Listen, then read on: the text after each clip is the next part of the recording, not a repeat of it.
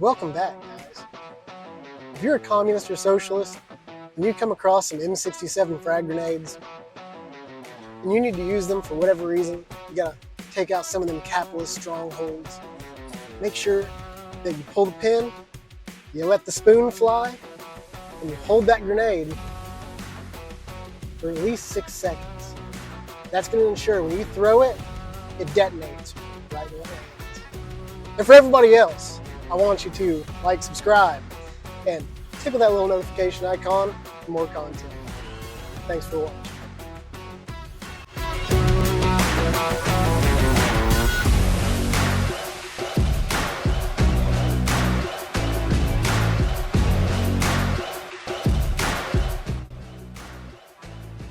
Welcome back to another episode of On the Road with Chris. You will be riding bitch as I talk about self-sufficiency, self-reliance, good old prepping, whatever comes up. And today, maybe I'll talk about some future goals for the channel. For YouTube channel, for podcasts, whatnot. So I'm doing a reloading series right now. You will see the reloading part 3 long version come out right around the same time as these videos do. There'll probably be 4 or 5 of these videos. It's all on the same trip. Once I get closer to Chicago, I'm going to go ahead and listen to my Sunday morning sermon because it's on YouTube, and I rarely get to go to church anymore because Sunday is now a travel day for work. And this is my second of a 3-week travel stint where I really haven't been home more than a couple days in between those. So I'm trying to spend a lot of time with family. I haven't had a lot of time to do much. And in the reloading part 3 long version, and the short version will be a lot shorter, broken down into a section 1 and section 2. I did load the 10 rounds to verify of the M855 loads. I've not loaded the 75 grain loads yet. I do plan to do that on this trip. And next office week I do plan on getting with Steve, and we will shoot those, we will record it, and we will see what the results are. And if the results are not to my liking, I will try to change primers to just double check, make sure it's not the primers. And then I do got one more 10 round ladder load I had loaded up for Scott Akins, and I might just shoot it just to see if we get similar results. I can always load him another 10 round ladder load, not a big deal. Me and him will be working together in Michigan, so we could do it then. So that's not a big deal.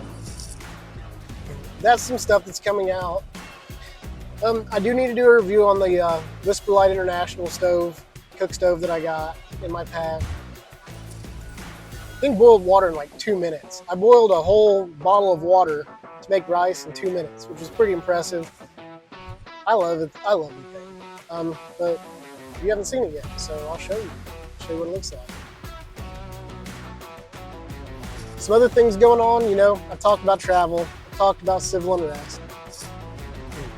I think on this one, maybe we should talk about, and I know I hammer on it a lot, but hedging inflation, ways to keep your money worth something. And, I posted a couple shorts where I showed the price of groceries, and somebody's like, "Oh my God, you bought steaks. That's why your grocery price was so high." No. Well, yeah, I did buy steaks. It was Labor Day weekend. I bought the steaks prior to that, so I can have some steaks for my family because I was traveling a lot, and I happen to have that week off. And I do keto carnivore. Like I eat a lot of steak, I eat a lot of meat, I eat a lot of eggs, and I eat salads and greens and stuff with that. So I like steak. Steak is delicious. I do eat steak. I typically get my steak from Butcher Box. And recently we've got so much meat from Butcher Box. Like I use that to keep my meat stocked in my freezer. And then, I substitute it with like killing deer and squirrel or whatever, in between that. But once a month, I typically get the biggest Butcher Box they have. And we've got a lot of chicken breast. We've got so much chicken breast that I had to stop. I had to put a cancel on the butcher box for now, just so we could eat some of the chicken breast down, and then we're just gonna do nothing but beef. Our butcher boxes are gonna be like beef for the next 2 or 3 months. So on the 1st of this month, September 15th today, so on the 1st, I'm going to get a butcher box, and it's gonna be just steaks and beef and ground beef and roasts, and maybe I got some brisket I still gotta smoke, so stuff like that. And I take a lot of that stuff on the road with me because I like to cook. We get Airbnbs, so I like to cook on the road because it saves me money from eating out. Everybody knows how expensive eating out is, and DoorDash and shit. So, yes, I did buy steak, but I also ate that steak on the road, some of it, and it was on sale for $9.99. The point I was making on that video, guys, is steak, $9.99 a pound was typical for ribeye not long ago. Now $9.99 a pound is on sale from $16.99, and that's crazy. It's the same thing with ground beef.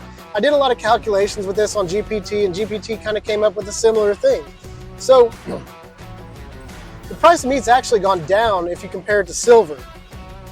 So if I had an ounce of silver in 2019, that ounce of silver could buy more meat today than it could in 2019. But the price of meat has gone up, and it's gone up a lot because there's more dollars in circulation. I had somebody in the comments try to say it's something about, oh, it's all Trump's fault. Trump did this, and it's corporate greed. So, okay, cool, man. I'm not gonna say it wasn't Trump's fault. I'm not a Trump supporter. I'm not a Harris supporter. I've said that multiple times. It is every president since Woodrow Wilson's fault, because every president since Woodrow Wilson has contributed to the national debt. Because every president since Woodrow Wilson never got rid of the Federal Reserve.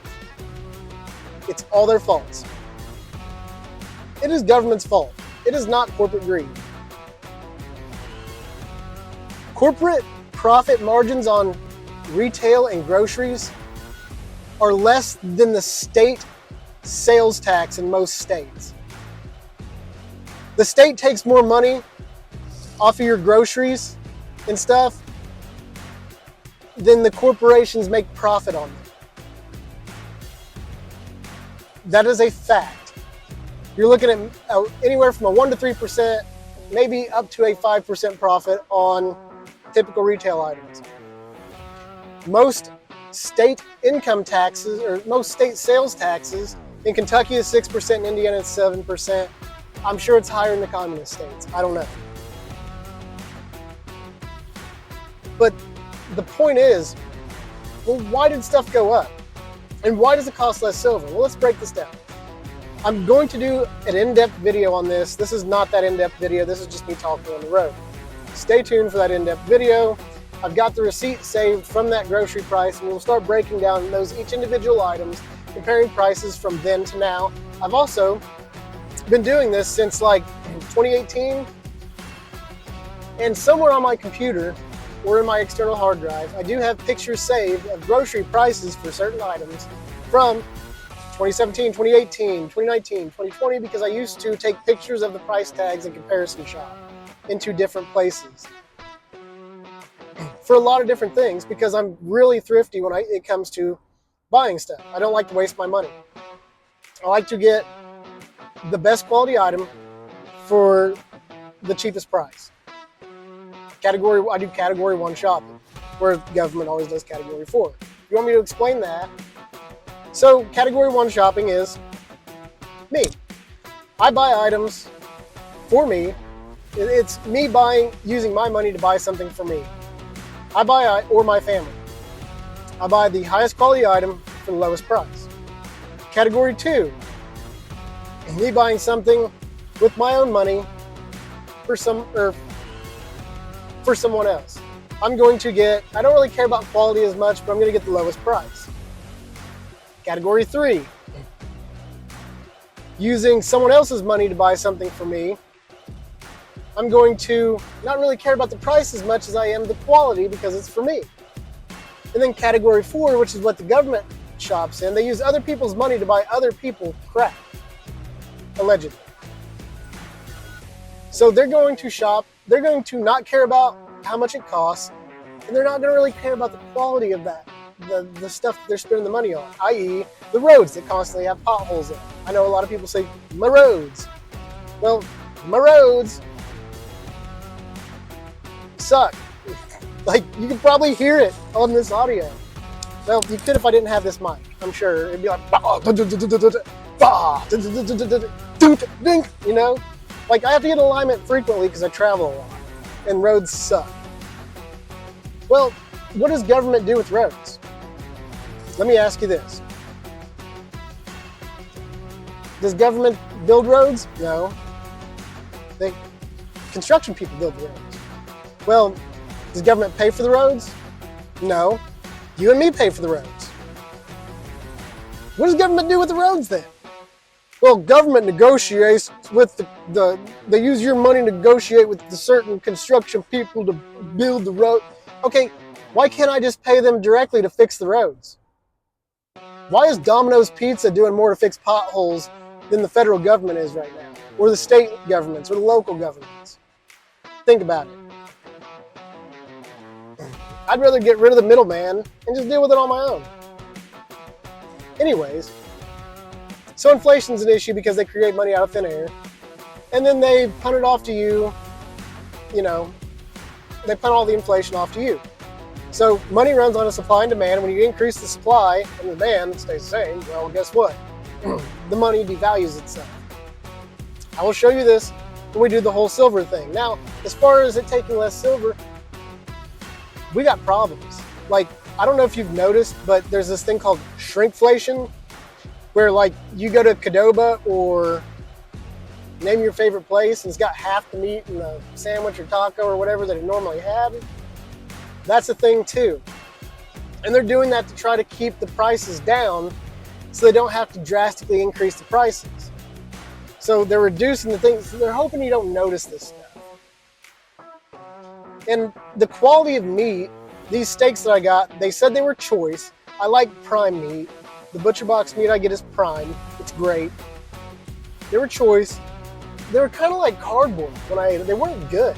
They were steaks. They were okay, but they weren't good. You know, it wasn't like, oh, that was great steak. It was like, man, this thing's medium rare, but it's still fucking tough.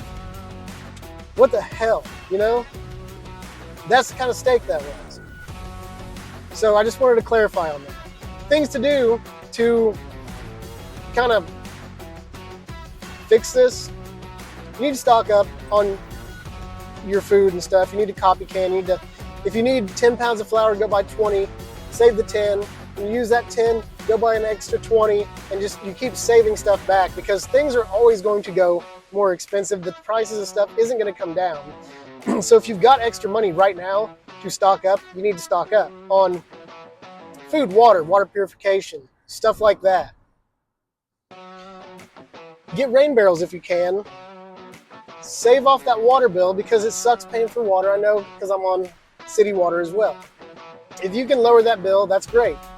Look into alternate forms of electricity, possibly earth batteries, possibly solar panels if you can afford it. Sometimes they're not affordable. Honestly, scratch that, but you need to at least have a backup generator in case the power goes out so you can save your meat in your freezer from going bad. Keep a good gasoline stores in case gasoline decides to go back up to $6 a gallon. You got a little buffer for that.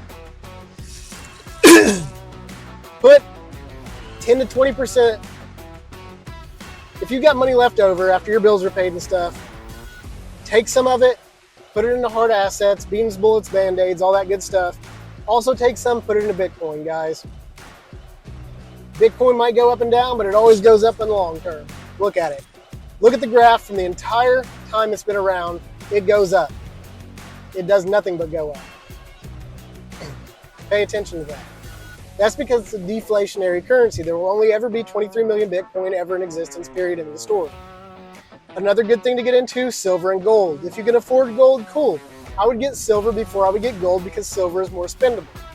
Now where Bitcoin comes into play is I can go online to like AR15discounts.com and I can pay for AR15 parts in Bitcoin on there. So you can actually spend Bitcoin on currency as currency Whereas if I wanted to buy something from them in silver, well, they might not take silver, and if they do, I'd have to mail the silver to them through the United States Postal Service or some other third party, and there's a chance it'll get lost. It would take forever. It's not feasible. Silver's good for trading amongst people locally. Bitcoin's good for trading globally. I could go to Japan right now and have access to my Bitcoin on my phone.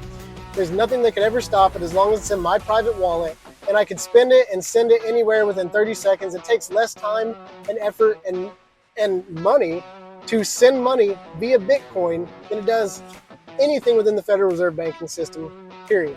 I would look into Bitcoin, guys. Best way to get into Bitcoin? Fold. You can buy Bitcoin on Fold. You can move that Bitcoin to a private wallet. You get Bitcoin back when you buy your everyday items and pay your bills, guys. You get Bitcoin as cash back. Instead of getting cash back like you would on a credit card, you get Bitcoin back in a percentage. And those percentages can go up to 10%. Like 1-800-PetSupplies.com right now, 8%. If I fuck up and piss my girlfriend off, guys, 1-800-Flowers.com, 10% back. I send her flowers, 10% of that money goes back into Bitcoin. $100 worth of flowers, $10 goes into Bitcoin.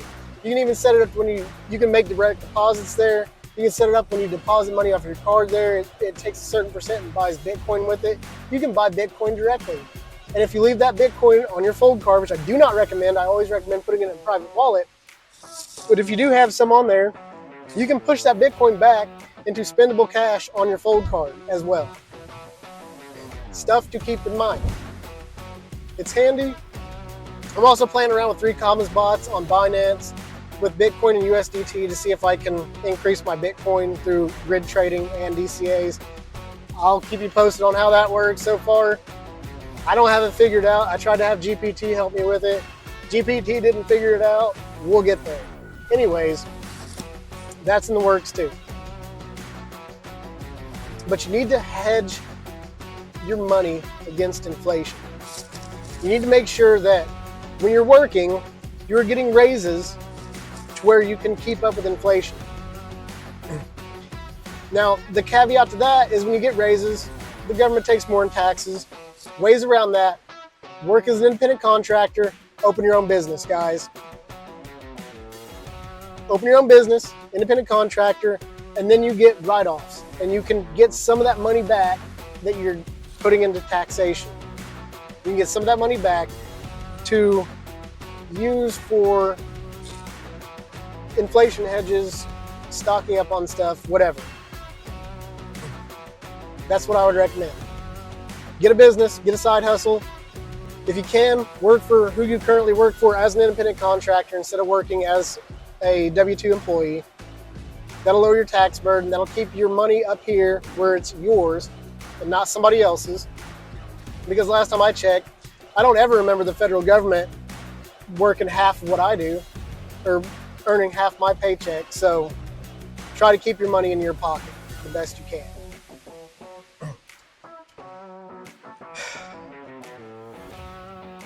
This is running a little longer than what I thought. And there will be links in the description for Fold and everything. If you join through my Fold account, guys, through my link, you'll earn Bitcoin right off the bat. I'll earn Bitcoin right off the bat. You'll be helping the channel, you'll be helping the podcast. It'll be greatly appreciated. And as always, I thank you guys for watching. If you made it this far, if you made it to 19 minutes, guys, thank you. God bless, and I love you all. Stay safe out there. Try to beat inflation. Stay prepared. No matter how bad it gets, it could always be worse. And there's a chance it'll always get better. So always stay on the bright side. Always keep moving forward. Always keep moving forward. Always keep trying to do better. We got this. God bless you.